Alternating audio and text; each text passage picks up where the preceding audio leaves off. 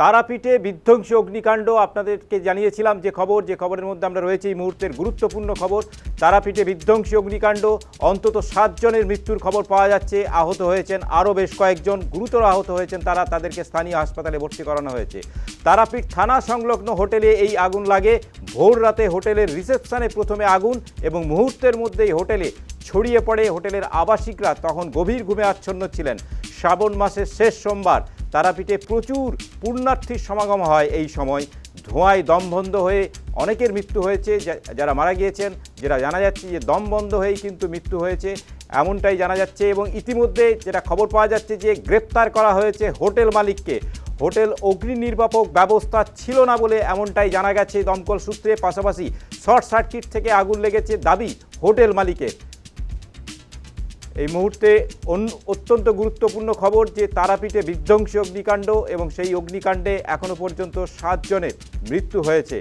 তারাপীঠ থানা সংলগ্ন একটি হোটেলে এই আগুন লাগে। ভোর রাতে হোটেলের রিসেপশনে প্রথমে আগুন লাগে, মুহূর্তের মধ্যে সেই আগুন ছড়িয়ে পড়ে হোটেলের আবাসিকরা এবং আবাসিকরা তখন গভীর ঘুমে আচ্ছন্ন ছিলেন।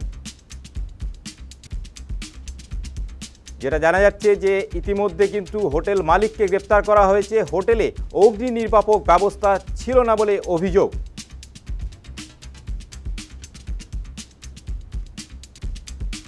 আমাদের সঙ্গে রয়েছে ফোন লাইনে আমাদের প্রতিনিধি সুজিত মণ্ডল। বিস্তারিত জানবো সুজিতের কাছে। সুজিত, হ্যাঁ, দেখা যাচ্ছে বল এখনো পর্যন্ত যে তুমি খবর, পুলিশ সূত্রের খবর যে পুলিশ সুপার তিনি ঘটনাস্থলে রয়েছেন এবং তিনি জানালেন যে সেই ধরনের অগ্নি নির্বাপন যে ব্যবস্থাপনা, তার কোনো ব্যবস্থাপনা সে ধরনের ছিল না বলেই এত মানুষজনের এই অবস্থা হলো। কারণ অগ্নি নির্বাপন ব্যবস্থা এমনিতেই প্রত্যেকটা হোটেলে বাধ্যতামূলক এবং সেগুলি বছরে বছরে চেক করার কথা, কিন্তু ফায়ার দপ্তর কোনোভাবে হয়তো কোনো গাফিলতির জন্য কোনো হোটেলগুলো দেখেনি। এই ধরনের অনেক হোটেল রয়েছে তারাপীঠে যেখানে কোনোভাবেই দেখা হয় না, যার জন্য এই ধরনের অমানবিক ঘটনা ঘটে গেল, যেখানে 7 জনের মৃত্যু হলো, প্রায় 6 থেকে 7 জন জখমও রয়েছেন। কিন্তু এই ধরনের অবস্থার জন্য সাধারণত হোটেল কর্তৃপক্ষের বিরুদ্ধে অভিযোগ উঠেছে এবং মালিককে আটকও করা হয়েছে, তাকে জিজ্ঞাসাবাদ করা চলছে। কিন্তু অন্যদিকে বলা যায় যে এই ধরনের ঘটনা আগামীতেও ঘটতে পারে তারাপীঠ এলাকায়, যে ধরনের গিঞ্জি এলাকায় প্রচুর হোটেল গজিয়ে উঠেছে। কারণ শতাধিক নয়, হাজার হাজার হোটেল তারাপীঠ এলাকায় রয়েছে, যেখানে কোনো অগ্নি নির্বাপন ব্যবস্থা বা যে ধরনের প্রিকশন নেওয়া দরকার আগুন লাগলে বা কোনো ধরনের অসুস্থ হলে ফায়ার অ্যাম্বুলেন্স ঢোকার ক্ষেত্রে অনেক ক্ষেত্রেই অসুবিধা হয়, যেগুলি ব্যবস্থাপনা হয়তো আগামী দিনে রাজ্য প্রশাসন ব্যবস্থা নেবে। কারণ এই ধরনের ঘটনা যদি আগামী দিনে না হয়, তার জন্য অবশ্যই সেই প্রিকশন ব্যবস্থা থাকবে। তার জন্য একটা তৎপরতা রয়েছে, সমস্ত মানুষকে বার করা সম্ভব হয়েছে এবং চিকিৎসা চলছে বেশ কিছু মানুষের রামপুরহাট মেডিকেল কলেজ হাসপাতালে। তবে মানুষজন এসেছিলেন শুধুমাত্র সোমবারের যে এবারে জল ঢালা এবং শিব পুজোয় অংশগ্রহণ করতে তারা এসেছিলেন এবং এই ছুটি কাটাতে তারা এসেছিলেন। প্রচুর পরিমাণে মানুষের ভক্তের ঢল তারাপীঠে। এমনিতেই সারা বছর ভক্তের ঢল থাকে তারাপীঠে, বিশেষ করে এই শ্রাবণ মাসের শেষ সোমবারে তারা এসেছিলেন। তার ফলে অতিরিক্ত চাপ এবং সেই সঙ্গে যে শর্ট সার্কিট হয়েছিল, বিশেষ করে অতিরিক্ত হোটেলে চাপ থাকার জন্য এয়ার কন্ডিশনের যে শর্ট সার্কিট হয় এবং প্রচন্ড চাপের ফলে সেখানে আগুন লেগে যায় এবং এখনো পর্যন্ত সেরকমই অনুমান। তবে নমুনা সংগ্রহ প্রক্রিয়া শুরু হবে, নমুনা সংগ্রহের পর হয়তো আরো তদন্তের অগ্রগতি হবে। পুলিশ সুপার সেখানে রয়েছেন এবং এখানে ঘটনাস্থলে প্রচুর পুলিশ মোতায়েন করা হয়েছে। সাধারণ মানুষকে প্রবেশ করতে দেওয়া হচ্ছে না, কারণ এই ধরনের ঘটনা যে ঘটেছে, এতগুলো মানুষের প্রাণ চলে গেল, তা একেবারেই একটা অন্যরকম নজিরবিহীন ঘটনা। ধন্যবাদ সুজিত। আমাদের প্রতিনিধি সুজিত মণ্ডল বীরভূম থেকে ছিলেন। তারাপীঠে বিধ্বংসী অগ্নিকাণ্ড আপনাদেরকে যেমনটা জানাচ্ছিলাম যে এই মুহূর্তে গুরুত্বপূর্ণ খবর। আপনারা সেই ছবি দেখতে পাচ্ছেন যে কিভাবে আগুন লেগেছিল ভোর রাতে তারাপীঠ থানা সংলগ্ন একটি হোটেলে এই আগুন লাগার ঘটনা ঘটে। ভোর রাতে হোটেলের রিসেপশনে প্রথমে আগুন লাগে, মুহূর্তের মধ্যে আগুন ছড়িয়ে পড়ে হোটেলের বিভিন্ন অংশে এবং হোটেলের আবাসিকরা তখন গভীর ঘুমে আচ্ছন্ন ছিলেন। শ্রাবণ মাসের শেষ সোমবার তারাপীঠে প্রচুর পুণ্যার্থীর সমাগম হয়ে থাকে আর ধোঁয়ায় দমবন্ধ হয়েই মৃত্যু হয়েছে এমনটাই মনে করা হচ্ছে। গ্রেপ্তার করা হয়েছে হোটেল মালিককে। হোটেলে কোনো অগ্নি নির্বাপক ব্যবস্থা ছিল না এমনটাই অভিযোগ, যদিও হোটেল মালিক জানিয়েছেন শর্ট সার্কিট থেকেই এই আগুন লেগেছে। আপনাদেরকে আরও একবার জানিয়ে রাখি, তারাপীঠে বিধ্বংসী অগ্নিকাণ্ড এবং এখনও পর্যন্ত এই অগ্নিকাণ্ডে 7 জনের মৃত্যু হয়েছে, আহত হয়েছেন বেশ কয়েকজন।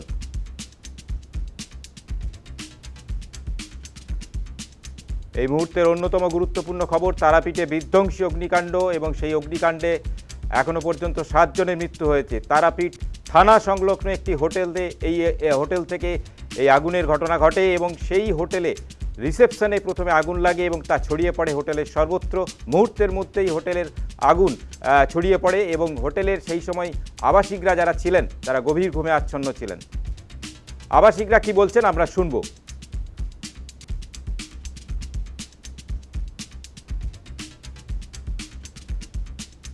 पूरा धुआं भरा हुआ था और उठे तो हम लोग को मतलब बाहर निकलने का हम लोग को टाइम ही नहीं मिला।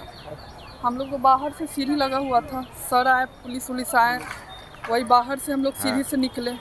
सेकंड फ्लोर पे थे हम लोग, थोड़ा सा बच्चा का हाथ जला है थोड़ा, और निकल गए, भगवान की कृपा से निकल गए। कतजन छिले क्या कितने आदमी था? 4 आदमी थे हम लोग। किसी को इंजरी हुआ? नहीं नहीं, सेफ है सब? हाँ हाँ अच्छे से हम लोग निकल गए थे। उस समय मतलब बाहर अंदर से नहीं निकलने वाला ये था, हम लोग बाहर से निकले। আমরা ফার্স্ট ফ্লোরে ছিলাম। হ্যাঁ, কি দেখলেন, কখন দেখলেন, কি দেখলেন? মানে ভোর 5টার সময় আমরা শোরগোল শুনছি বাইরে, কিন্তু কি হয়েছে সেটা তো জানি না। পরে যখন ঘুমোচ্ছিলাম আমরা, দরজা খুলতে নিলাম তখন প্রচন্ড আগুনের তাপ আর ধোঁয়া, কালো ধোঁয়া। তখন যদি ব্যালকনিটা না থাকতো তাহলে আমরা ঘরের ভিতরেই ধোঁয়াতে সবাই ধোঁয়াটে মরে যেতাম। হোটেলের পেছনের যে গ্রিলটা ছিল, গ্রিলটার মধ্যে তালা মারা ছিল, সেটা দমকলের লোক এসে রাস্তা বন্ধ ছিল। আচ্ছা, দিয়ে আপনার কি হলো? আমরা পিছনে বেয়ে বেয়ে নামছি। পিছনে বেয়ে মানে পাইপ গ্রিল পাইপ এসির যে ওটা গ্রিল ধরে, মানে আমি না বলতে পারবো না যে তখন যে আমি কিভাবে নামলাম। মানে আপনার পিছন দিকে নামতে কি করে নামলেন? কি করে নামলাম, ওই আমার হাজবেন্ড ফার্স্টে নামলো, তারপরে আমার ছেলে মেয়েকে ধরে ধরে নামানো হলো। পরে আমি হচ্ছে ওই গ্রিল, বাইরের গ্রিলও এরকম করে ধরে ঝুলে, এসি যে বাইরে থাকে এসির বাক্সে পা দিয়ে, তারপরে এতটা ফাঁকা ছিল মানে যে কিভাবে যে আমি আসলাম এই পাশে আমি জানি না। তারাপীঠে বিধ্বংসী অগ্নিকাণ্ড, এই মুহূর্তে আপনারা সেই ছবি দেখতে পাচ্ছেন যে 7 জনের মৃত্যু হয়েছে, আহত হয়েছেন একাধিক এবং তাদেরকে স্থানীয় হাসপাতালে ভর্তি করানো হয়েছে। হোটেলের আহত যারা আবাসিক ছিলেন সেই সময় তারা কি বলছেন শুনবো। আমরা 4টে সাড়ে 4টের সময় উঠে মানে দেখছি পটপট করে আওয়াজ হচ্ছে আর প্রচণ্ড ভিতরে ধোঁয়া হোটেলের রুমের মধ্যে। বাইরে বেরোনোর চেষ্টা করছি, আমি গ্রাউন্ড ফ্লোরে ছিলাম রিসেপশনের পিছনে, বেরোনোর চেষ্টা করছি, তখন দেখছি আগুনের লেলিহান শিখা ঘরের মধ্যে প্রবেশ করছি। কে কে ছিলেন আপনারা? আমি, আমার 10 বছরের 2টো বাচ্চা, ওয়াইফ, আর আমার বোন এক ঘরে, আর এক বোন আর মা এই যে অসুস্থ ভর্তি আছে আর এক ঘরে। ওনাকে কি আগুন লেগেছে? না, কোনো আগুন হয়নি, ওর মানে সব ওই ধোঁয়ায় দম আটকে ছিল। 45 মিনিট পর থানা থেকে রেস্কিউ করে বের করেছি। আমরা বাথরুমের মধ্যে আটকে ছিলাম, বাথরুমের মধ্যে ঢুকে মানে সমস্ত দরজা বন্ধ করে যাতে ধোঁয়াটা বাথরুমে না আসে, দিয়ে জল চালিয়ে দিয়ে বাথরুমের উপরে যে কাঁচ ছিল ওই কাঁচটাকে ভেঙেছি হাত দিয়ে ওই জায়গা দিয়ে একটু নিঃশ্বাস নেওয়ার চেষ্টা করছি বেঁচে থাকার জন্য। বাইরে বেরিয়ে কি দেখলেন? হোটেলের অবস্থা কেমন? হোটেলের সব শেষ, রিসেপশন সব শেষ, ধুলির সাথে কিচ্ছু নেই। আমি জানি না কি করে হয়েছে, আমরা সবাই হোটেলে ছিলাম, এখনো আমার মা হোটেলের 1 নম্বর রুমে আছে। ওরা প্রথম অবস্থায় কোনো রকম কিছু করেনি, আমরা বারবার চিৎকার করেছি, বেরোনোর চেষ্টা করছি, তাও হয়নি, একদম কিছুতেই কিছু হলো না। হোটেলের কর্মী যারা রয়েছেন, হোটেলের স্টাফ বলা যায় যে তারা কি বলছেন এই বিষয়ে জানবো। ভোর 4:30টার সময়তে এসির যে এনসিবি আছে সেখানে শর্ট সার্কিট হয়। শর্ট সার্কিট হওয়ার জন্য ওখানে একটা এনসিবি পুড়ে আগুন জ্বলতে শুরু করে।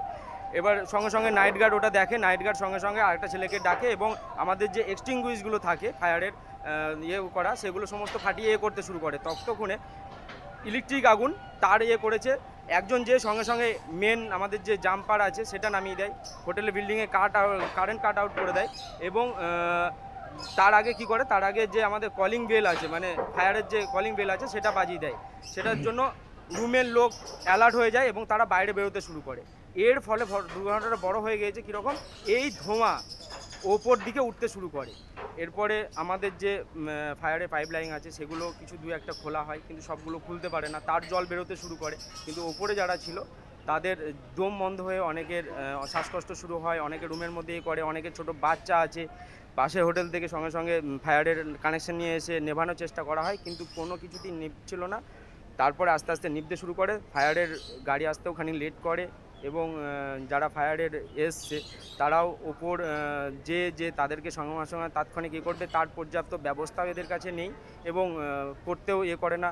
আমাদের যে ডবল সিঁড়ি আছে সেই সিঁড়ি দিয়ে অনেকে নেমে এসছে, কিন্তু তার সত্ত্বেও অনেকে নামতেও পারেনি, কারণ সিঁড়ি কোন দিকে দুটো এক্সিস্টিং আছে লোকের জানা থাকে না, জানাও নেই। এবার ধুঁয়ো কালো হতে শুরু করেছে, কোন দিকে মানুষ বেরোবে এটা করে অনেকে রিসেপশন দিয়ে, মানে যেটা মেন এন্ট্রান্স প্লাস এক্সিট, সেদিকে বেরোতে শুরু করে, অনেকে তার আগুনে ঝলসে যায়।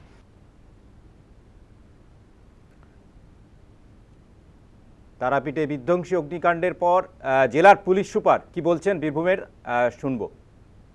এটা তারাপীঠে বিদেশনি লজ সকালবেলা ভোর 5টার কাছাকাছি খবর পায় পুলিশ কি একটা লোক খবর দেয় কি এখানে মনে হচ্ছে ধোঁয়া বেরোচ্ছে, কোনো আগুন লেগে গেছে। পুলিশের টিম আসে, তারপরে খবর দিয়ে ফায়ার ব্রিগেড বি খুব কুইক রেসপন্স দিয়ে চলে আসে। ফায়ার ব্রিগেড অ্যান্ড পুলিশের টিম যৌথভাবে মিলিয়ে এখান থেকে মোট 33 জনকে উদ্ধার করেছে। 22 জন জীবিত অবস্থা বেঁচে ছিল, বালকনি এদিক ওদিকে স্ট্যান্ডার্ড ছিল, ওগুলোকে ল্যাডার লাগিয়ে রেস্কিউ করা হয়েছে। 11 জনকে রামপুরহাট গভর্নমেন্ট মেডিকেল কলেজ পাঠানো হয়েছে। 11 জন থেকে 1 জনকে ট্রিটমেন্ট করে ডিসচার্জ করে দিয়েছে ডক্টরবাবু, আর 1 জনকে পেশেন্টকে উনিও সুস্থ আছেন, স্টেবল আছে, ওনার রিকোয়েস্টে একটা প্রাইভেট নার্সিং হোমে পাঠানো হয়েছে, পুলিশ অ্যাসিস্ট করেছে। 2 জন চিকিৎসাধীন আছে অ্যান্ড দুঃখের ঘটনা আছে কি 7 জন আহত হয়েছে। স্থানীয় বিধায়ক ধ্রুব সাহা কি বলছেন এই বিষয়ে শুনবো। ব্যবস্থা যে টিআরডিএ দুর্নীতি, এটাই টিআরডিএ দুর্নীতি ছিল।